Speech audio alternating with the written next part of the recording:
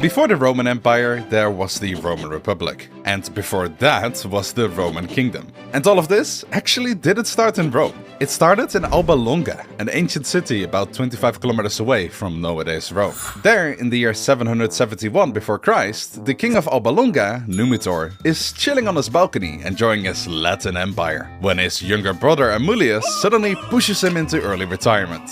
At the same time, Amulius' followers also kill all of Numitor's suitable children to make sure he becomes the new rightful ruler. Only Silvia, Numitor's sole daughter, survives the balcony party. And to make sure she doesn't produce any new heirs, she gets assigned a fate worse than death. She was forced to become a Vestal Virgin, a priestess forbidden from having children. Well, haha, that solves that, Amulius thought to himself. But then a miracle happened. Somehow, Silvia gets pregnant, even though she was supposed to be a virgin. Now, don't get your hopes up, since it wasn't Jesus Christ just yet, folks. But it was Rome's original founders, Romulus and Remus. After a presumably very chaotic childbirth and a very awkward welcome baby gathering, it was time for the next family drama.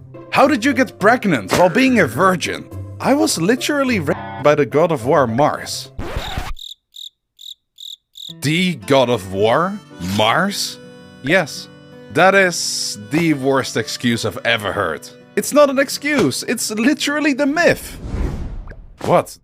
But whether Amulius believed it or not, he now had a much bigger and cuter problem. With the newborn twin boys around, his claim for the throne started to become wobbly, as there was a legitimate heir now. Better call Saul. Hi, I'm Saul Goodman. Did you know that you have rights? The Constitution says you do. And now the part I think everyone knows. Eventually the basket of the two babies crashes into the riverbank, and the twins roll into the cold, wet sand that is rough and gets everywhere. Well, this is it, said Romulus to Remus in a very manly and sexy voice. Yes, brother, it was an honor sharing the same womb with you. And just when they think they are about to die, a female wolf jumps from the bushes and sucks the— Okay, this is straight up becoming a Bible story now. Virgins giving birth, kings ordering to kill babies, and the wolf feeding two twins? What's next, the Tower of Babylon? Well, chronically speaking, yes, but I get the hint. This all is a myth. It might or might not have happened. But it is crucial to the birth of Rome, which we are about to talk about actually, so why don't you shut your mouth, sit down and enjoy the free entertainment. Who are you even? Get out of here! Anyway, after being raised by the wolf for an unknown time, the boys grow older and stronger. Like, absurdly strong. Living on protein-rich wolf milk apparently turns you into ancient JoJo characters. So one day, while they're out flexing in the woods and doing whatever feral demigod teenagers do, a shepherd finds them, adopts the twins, and teaches them presumably how to speak, since they were literal furries till then, and the twins grow up into two tall, muscular troublemakers. One day, Romulus and Remus get into a fight with some thugs who work for, guess who, King Amulius. And during the brawl, the twins learn the truth. They are not random forest boys, they are the lost princes of Alba Longa, the rightful heirs that Amulius tried to river delete. So naturally, the boys decide to go on a bizarre adventure. They march straight back to Alba Longa, gather the locals, shout something dramatic like, "Please become a member of the YouTube channel historically." And together with the people of the city, they overthrow Uncle Amulius and reinstate their grandpa Numitor, who apparently survived the fall? Grandpa gets reinstated as a king, and everyone's cheering, celebrating, throwing flowers, etc. Everyone except Romulus and Remus, because they started to like this whole army thing. So they decided to build a city together a couple kilometers over. Eventually, they find a great spot near the Tiber River. Beautiful scenery, 7 hills, perfect vantage points, a village with a blacksmith. All was going well. But then, because this is Roman legend, disaster strikes. They can't agree where to put the city. We should put the city on Palatine Hill. No, Aventine Hill. No, my location is better. No, mine's better. No. And suddenly the founding of the Roman Empire became a sibling argument that could have been solved with, like, I don't know, a coin. But no, this is ancient Italy, so instead they go, let's just ask the gods. They hold a contest. Whoever sees more birds wins divine approval, because why not? Remus goes, I saw 6 birds. Romulus then responded, cool, I saw 12. You cheated! The gods love me more, bro. They literally don't. Romulus decides to just start building a tiny wall. If his brother won't help him, he will just make the city himself. And Remus, being a certified older brother menace, decides to clown on him. Remus hops over the wall like it's nothing and goes, "Oh no, look, I'm in your super secure city, brother. What will you do? Arrest me? Haha, your city sucks. What, you gonna found an empire on my corpse?" He did. And this is the start of Rome. Historically extra long facts, part 16. So Romulus is now king, right? But Rome at this point is basically a homeless camp. To attract people, Romulus calls it an asylum city. And not the medical kind, the everyone who's on the run from something, come on in kind.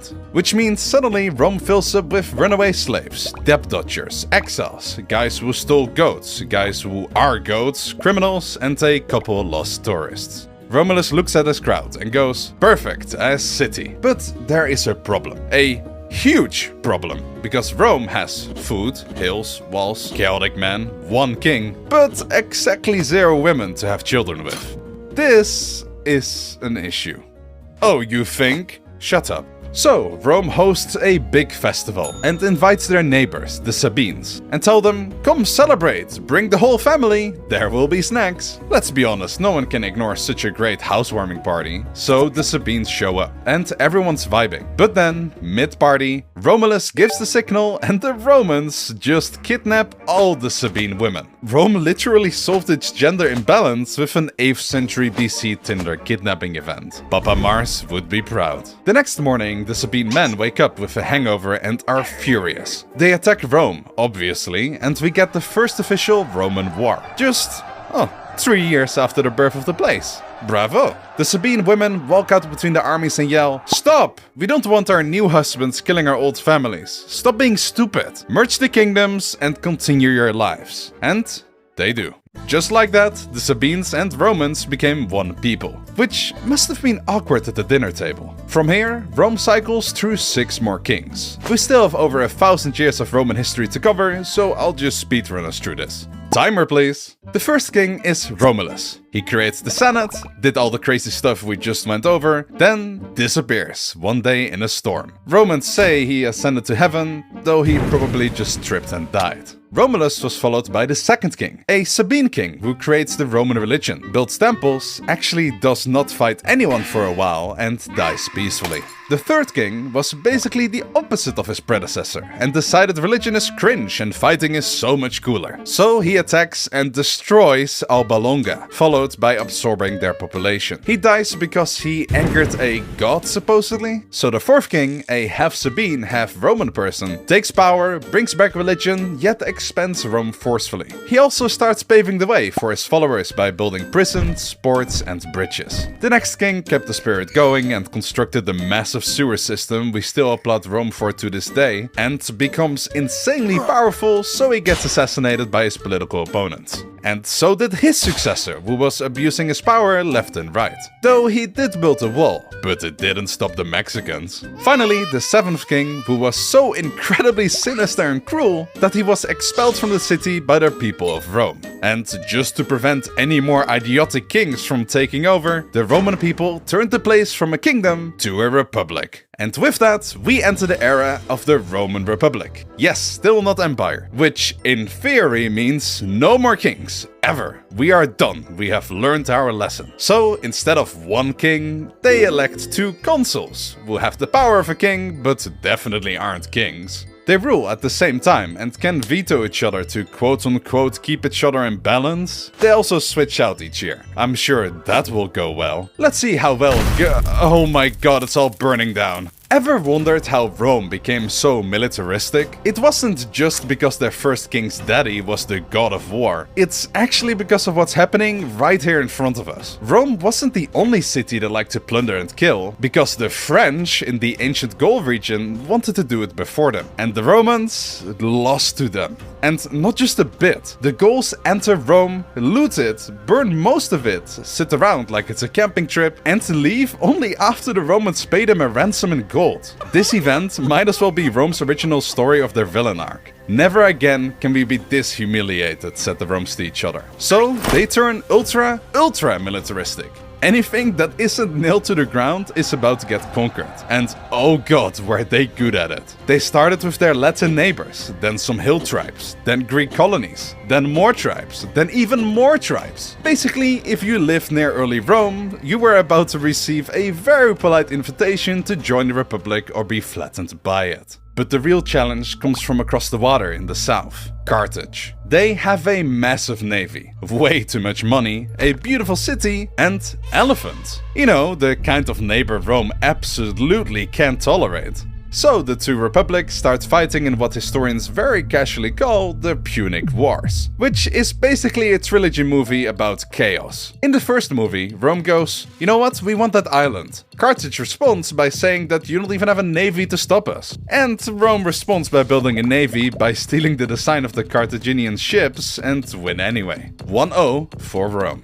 Then the second war starts. And this is the big one. Hannibal appears. This man shows up with 50,000 troops, 37 elephants, and the determination of many years of deep-rooted racism. He gathers in Spain, marches his army over the Alps, which is insane even today, and absolutely wrecks Rome for years. Rome eventually wins because they are Rome, but yeah, Hannibal made them sweat. That's 2-0 for Rome. Then the third war is basically Rome saying, Carthage still exists, and that bothers us.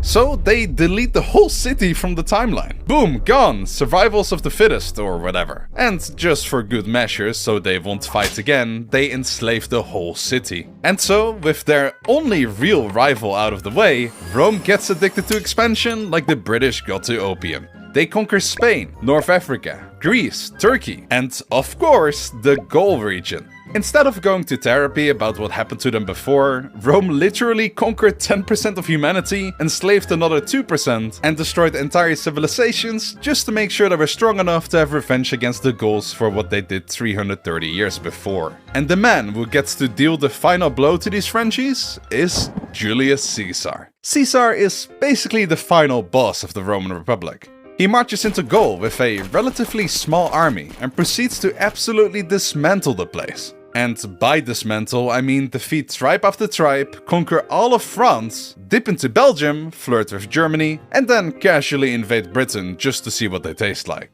He comes back to Rome so powerful that the Senate becomes afraid of him. So they order him to come to Rome alone and to leave his army behind. He naturally refuses and starts marching to the capital anyway. The Senate panics and flee as Caesar enters the city with little to no resistance. But that doesn't mean Rome was his just yet. He still had to defeat the disputed leader and his allies before he can legally become, I don't know, the first dictator Rome has seen in 500 years? He fights all across the continent, boinks Cleopatra on the way because why not? And after 4 years, finally gains control of the Republic.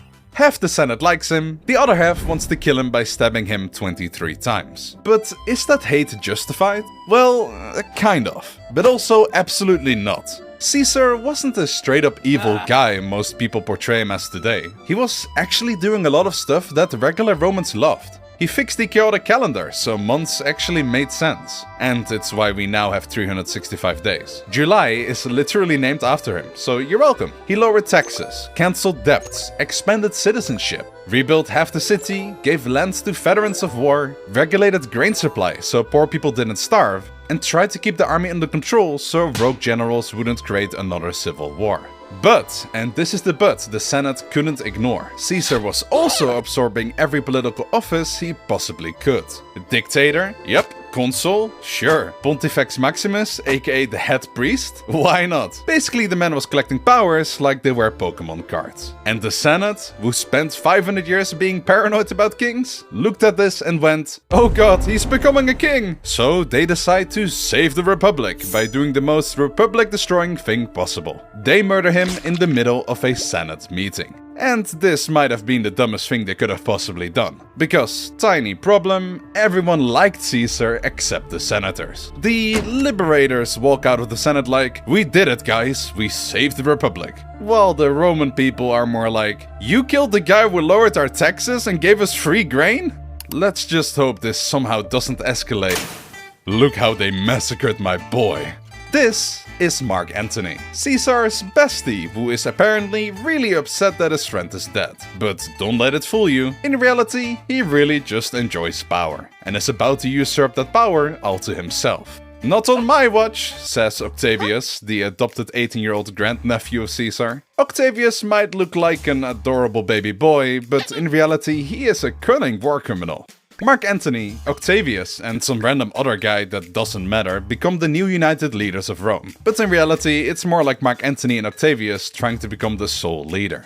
Luck has it for Octavius that Mark is a massive simp, and he too, just like Caesar, gets seduced by Cleopatra. So Mark leaves for Egypt, showers her in gifts, and Octavius sees this as the perfect opportunity to dispose of his rival. Look, he's only spending his time in Egypt with his e-girl. And guess what? He is definitely planning to move the capital from Rome to Alexandria. We should dispose of him. It was a blatant lie, but the Romans believed it. They attack Egypt, defeat the Egyptians, and the love couple takes the easy way out to avoid being humiliated in Rome. That leaves Octavius as the sole ruler. He blatantly steals the plot of the good Star Wars movies because he declares himself first citizen, or imperator, and usurps all the power to himself. Finally, by the Senate, or whatever is left of it after a campaign of revenge and bloodshed for what a few of them did to Caesar, he is named Augustus, which means all kinds of fancy things. And since this day, in the year 27 before Christ, yes, all of this happened before the man himself even spawned in, the Roman Empire is officially born. Or wait,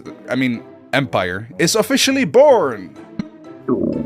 Man, I'm getting hungry. We're at the halfway point now, so best to take a short break. Do you want pizza? No, like, literally, I have $500 worth of Dominus pizza codes to give away, thanks to the sponsor of this video, freecash.com. Freecash is a free platform where you can earn real money by playing mobile games, answering surveys, and completing simple offers. You just pick an offer. I usually choose games because you're literally getting paid to play. You download it, play for a bit, and as soon as you hit the goals, the money shows up right here. If you sign up using my link or QR code, you will get a $10 bonus when you start your first offer. The more offers you complete, the more rewards you unlock. So it usually stacks over time. And just like you can complete tasks for cash, here's a task for you to be eligible to win free pizza. Freecash.com is giving away 10 times $50 worth of Dominus pizza, and all you gotta do to be eligible to win is sign up using the link below. And that's it. It is only for US-based viewers though, and additionally you have 30 days from when this video goes live to enter the giveaway, and 10 days after the deadline I will announce the hungry winners with a community post. So make sure to press the bell button as well. Thanks again to freecash.com for feeding the needy and sponsoring this video. All roads lead to Rome, which is actually true, unless you live in any of these continents. But why do they lead to Rome? Well, that is because Rome, in its empire phase, started to learn how to stabilize instead of endlessly expanding, like for example the Mongols used to do. That is also why their empire fell apart so quickly, while Rome managed to survive way longer. Anyway, eyes on me please, as we continue our story as we enter Rome's golden age. Rome has become very quickly a fully centralized empire, and Augustus, the first emperor, is the reason it doesn't immediately collapse again. The key thing to understand about Augustus is that he is not trying to be impressive. He is trying to be permanent, and because of that, he might be the single greatest emperor to ever exist. He knows exactly why the Republic failed. It wasn't because Rome lacked laws or values or tradition. It failed because the army stopped belonging to the state and started belonging to individual men. Every civil war, from Marius to Sulla to Caesar, followed the same pattern. Soldiers fought for generals, not for Rome. So Augustus fixes that first. He turns the Roman army into a professional standing force. No more temporary legions raised for single wars. Soldiers now enlist for roughly 20 years. They receive regular pay from the state, standardized equipment, and a guarantee retirement package. Land grants come from the government, not from a general promising rewards if his rebellion succeeds. This one change alone removes the main fuel for a civil war. Augustus also limits how much military power any single governor can control. Provinces with large armies are separated from provinces with large wealth. No one gets both. Generals are rotated, commands are time limited, and loyalty flows upwards, not sideways. Rome now maintains around 25 to 30 legions, roughly 150,000 professional Roman soldiers, backed by at least as many auxiliary troops, permanently stationed across the empire. This is expensive, but it gives Rome something it never really had before: a standby response unit. On top of that, Augustus changes Roman war strategy. Instead of endless expansion, Rome now focuses on securing the borders. Spain is fully pacified after decades of resistance. The Alps are conquered to eliminate raiding routes into Italy. In the Balkans, rebellions are crushed and the Danube becomes a hardened frontier. In the east, Augustus avoids full-scale war with Parthia. He uses diplomacy and pressure to recover Roman standards lost in earlier defeats. He presents this as victory to the public, even though no major war was fought. It shows how the emperor really tries to keep the empire alive. But that doesn't mean the wars stop. Along the Rhine and Danube, Roman legions are constantly active. Forts are built every few kilometers. Roads connect them so troops can move quickly. These regions were anything but peaceful, and because of that, it actually had soldiers living there permanently.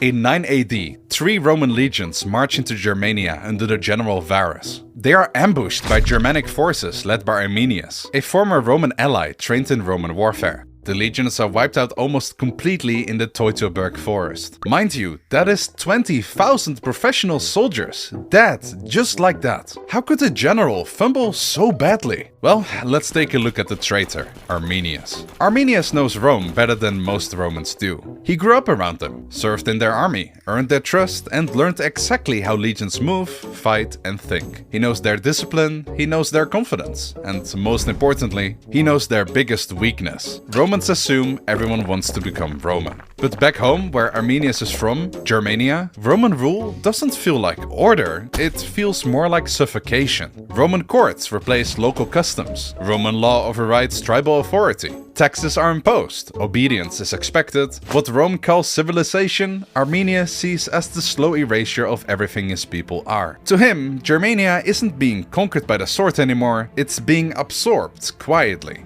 permanently.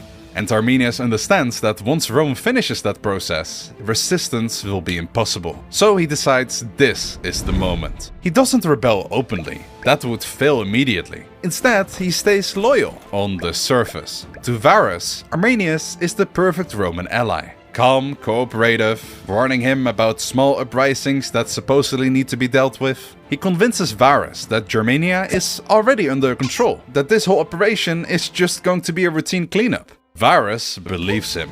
The legions move as if they are on administrative duty, not a military campaign. They march stretched out, hauling wagons, supplies, and even civilians through terrain they don't understand. Forests close in, roads disappear, rain turns the paths into mud. This is no place for Roman formations, and Arminius knows it. Then the attacks begin. Not a battle, a slaughter. Germanic fighters strike from the forest, disappear when the Romans try to respond, and then strike again, harder. Because the legions are strung out for kilometers in narrow terrain, units can't form up and orders don't travel. Roman discipline still exists, but there is nothing to apply it to. Rome is used to fighting on open ground, one army facing another, not conga lining through the dense forest while being dismantled piece by piece. Varus hears reports of attacks, but doesn't react decisively. He hesitates, assuming it's just minor banditry causing delays. He keeps pushing forward, believing the situation can still be managed, but it can't. Over several days, the army collapses. Units are isolated, officers are killed. By the time Varus realizes this isn't unrest but a full betrayal, there is no army left to save. More than 20,000 career soldiers are dead because of his blindness. Varus takes his own life rather than return to Rome as the man who lost 3 legions without ever fighting a proper battle. The Germanic tribes, Rome's barbarians, slip out of Roman control, thanks almost entirely to Armenians. The legions number 17, 18, and 19 are never used again, forever locked away with Rome's unresolved traumas. More importantly, because of this, Roman policy changes permanently. Augustus abandons the idea of conquering Germania. The Rhine becomes the frontier. Rome stops pushing outward and commits fully to defense. This decision defines the empire's borders for centuries. It was time for solidifying ground and making sure no silly little man would start a world religion.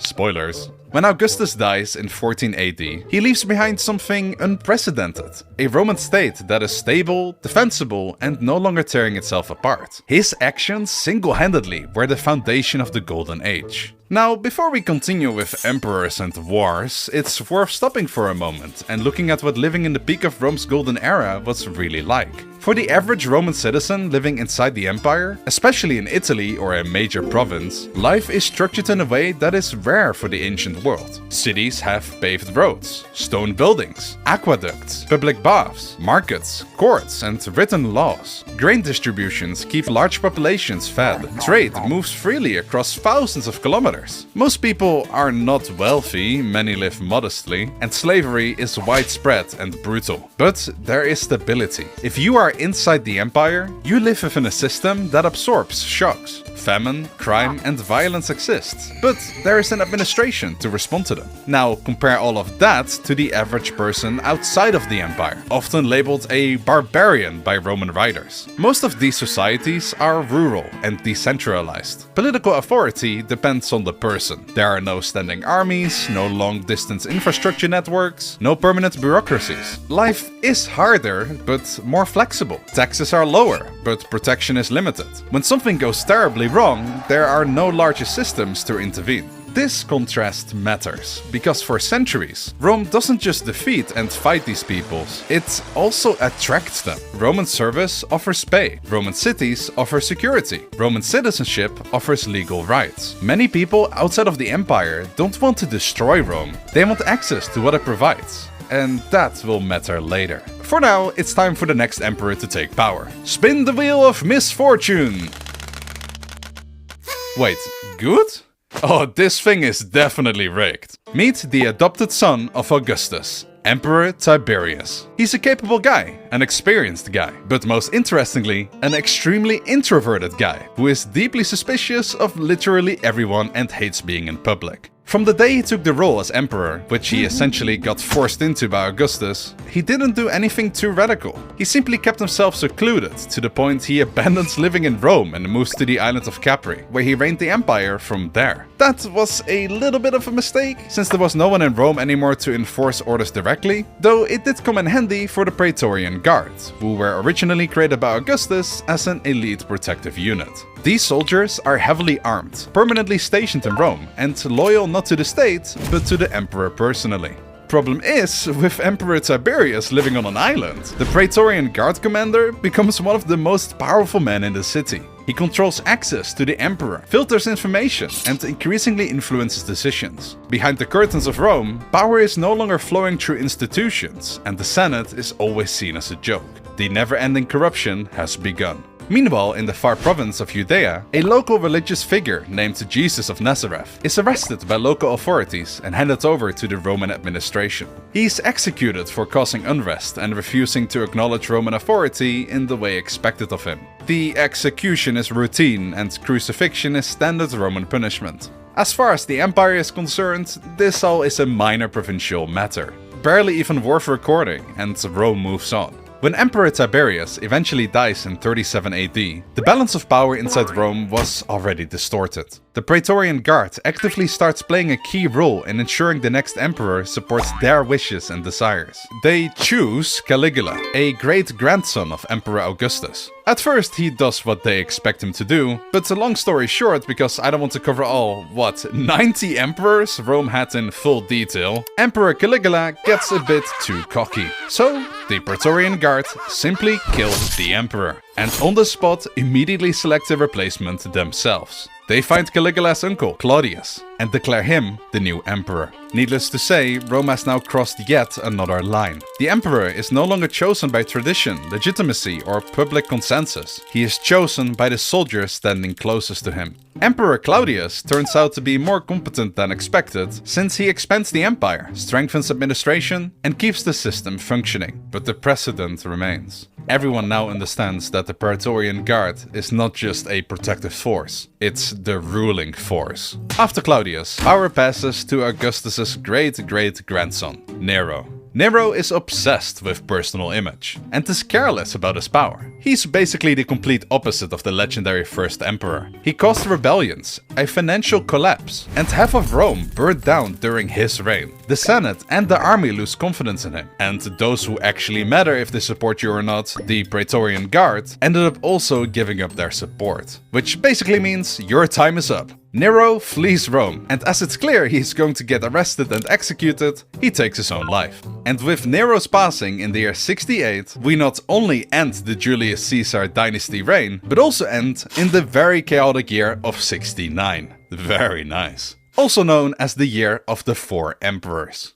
4 men claim and sit on the throne in a single year. Not because they are great leaders, but because different armies across the empire back different candidates. One emperor gets murdered, another one gets overthrown, another rules for a few months. Civil war breaks out across the entire empire. Legions that were supposed to defend borders are now actively marching on each other. Eventually, one man wins, Vespasian. Not because he is charismatic, not because he is loved, but because he has the strongest army. He restores order, mostly by force, and hands the empire to his sons afterwards. So yay, Rome survives. But now everyone yet again knows the truth about emperor legitimacy. Because if you control the army, you control Rome, no matter how bad of a leader you are. Naturally, for the next century, emperors rise and drop dead like flies every other week. It is extremely chaotic, and not that interesting because it just comes down to this emperor bad. He gets killed. This emperor a bit better, but the Praetorian Guard don't like him, so he is also killed, etc, etc, etc. So just to summarize the next century, here are a couple highlights. In the year 117, under Emperor Trajan, the Roman Empire reaches its historical peak, with the capture of what is nowadays Romania, Jordan and Armenia. In 193 AD, the Praetorian Guard, who are yes still in power even 200 years later, literally sell the title of emperor to the highest bidder. Emperor Julianus ended up reigning for just 66 days until he got executed in the palace by another general, aka the next emperor. And in the beginning of the 3rd century, Christianity started to spread like crazy. And that was annoying for the Roman elite. Christians refused to worship Roman gods and instead worshipped, well, the Christian god. But that wasn't the only crisis they faced. The whole 3rd century was hell for the Roman Empire. Emperors went from switching monthly to weekly, and most die violently. The empire nearly fractures into separate states. Germanic invasions hit the west, while Persian armies press from the east. Meanwhile, massive plagues tear through cities, and hyperinflation destroys the economy. Sounds like 2020 all over again. I can't make it clear enough. It was a chaotic mess. And eventually, one emperor accepts the obvious. The empire is just too big, too unstable, too complex to be ruled the old way. So he makes a radical change. He chops the empire into pieces. He creates the Tetrarchy, the rule of 4. 2 senior emperors, 2 juniors. And on top of that, emperors now live in border cities to be close to the action. And Rome literally gets abandoned just like that. It's still there, but the power of the empire is now at the front, among 4 of them. After that genius emperor retires to grow cabbages, yes he really did, the rule of 4 turns into a battle royale. Who would have guessed? The winner is Constantine. He somehow reunites the empire, but he doesn't move back into the old Roman office. He's seen the future. and the future was in the east. In 330 AD, he built Constantinople. It's built on a massive choke point between Europe and Asia. It's richer than Rome, easier to defend, and crucially, it's built as a Christian city. No more old school pagan garbage. Christianity is now the legalized new cool thing. Though the empire is whole, in reality the split into east and west had already settled in. All the rich and intellectual people followed the emperor to the Greek-speaking world, while in Rome the Latin-speaking folks were left behind as a ghost province. And I know this is a bit of a hot take, but at this point the Byzantine Empire is real. Some people like to call it the Western Roman Empire and the Eastern Empire, but that's lame. They don't even speak Latin like the Westerners, or live anywhere close to Rome, you know, the Roman Empire. The Eastern Roman part of the empire, at this point in history, evolved in the Byzantine Empire. And that is a hill I'm willing to die on. You can sue me in the comment section. Anyway, if you don't think that is when the Byzantine Empire started, this moment might have, because the split between East and West became finalized when an emperor who died in 395 AD split his empire between his two sons. Classic mistake. And both administrations immediately ceased working together. Rome is officially no longer Rome. By the early 5th century, the non-Byzantine, aka Western Roman Empire, is laughably weak, and often ruled by foreign kings. It was time to put it out of its misery. It was time for the final blow. And yeah, if you're watching this video with your political uncle who has no filter, you might want to click off now, because he is most likely going to quote what happens now each Thanksgiving dinner till there is no tomorrow. You ready? The blow that ended the Roman Empire once and for all was uncontrolled immigration. Oh my god! Introducing the last villains for today, the Huns. They exploded out of the Eurasian steppe in the late 4th century, and they were so dangerous that they single-handedly caused mass migrations towards Europe. When the Huns smash into the Goths, north of the Danube, the Goths very intellectually decide to not stand still and die, so they run. And where do they run? Across the Roman border. Tens of thousands of Goths show up at the Danube asking for asylum. Rome lets them in. On paper, this is manageable, but in reality, corrupt Roman officials starve and exploit them so badly that the Goths revolt. As a direct result, 2 years later, a Roman army is destroyed and the emperor is killed on the battlefield by the hands of them. That moment is important because after the events of Adrianople, everyone learned something Rome never wanted to teach. If you bring a whole nation into your borders and you can't control them, you are not integrating them, you are just importing your future civil war. So the Western Roman Empire starts doing what it will keep doing until it dies. Making deals with armed groups it can't defeat. Here's some land, please just stop burning us. It calms them for a bit, but greed can never be satisfied. And no, it doesn't stop with the Goths. Once the border breaks psychologically, the chain reaction begins. More groups move. Some are fleeing the Huns, some are just following opportunity. The Vandals go on a rampage across the west and eventually take North Africa, which is catastrophic. Because North Africa is where the West gets grain and money. Lose Africa, lose taxes. Lose taxes, lose soldiers. Lose soldiers? Yeah, good luck. In 410, the Visigoths return from last video and sack Rome. Not because Rome is militarily important, but because it's really funny. Then once the Huns are defeated, Rome the city gets sacked again in 455 because why not? And by 476, when the last Roman emperor, Romulus Augustulus, who has literally the most ironic name for this moment, since he is both named Romulus, the name of the founder of Rome, and Augustulus, named after the first emperor. Anyway, yeah, he basically got politely asked by his Germanic commander to stop being emperor, and then the Roman Empire is dead. Yeah, sorry guys, no epic final battle or anything, just emperor fatigue. Now, to be realistic about the Eastern and Western Roman divide, the term Byzantine is made up by modern historians. So if you asked everyone back then if the Roman Empire is really dead, they would probably say, no dumbass, it's right there. But this video is long enough already and my pizza is getting cold. If you really want to know what happened to them, the Eastern Roman Byzantines survived for a whopping 1,000 additional years, and fought like crazy to survive. They slowly lost more and more territory to Persians, Arabs, Crusaders, and finally to the fearsome Ottomans, till only the city of Constantinople remained. In 1453, the city falls, gets turned from Christian to Muslim, and with it, the last state that still calls itself Roman fell. Yes, I just skipped 1,000 years of interesting things, but I will make a Byzantine Empire video one day to explain it all in more detail. So subscribe, become a member, and don't forget that if you want pizza and make money by doing simple tasks, to check out the link in the description. I really hope you enjoyed the long video, and we will see you in the next one. Bye bye.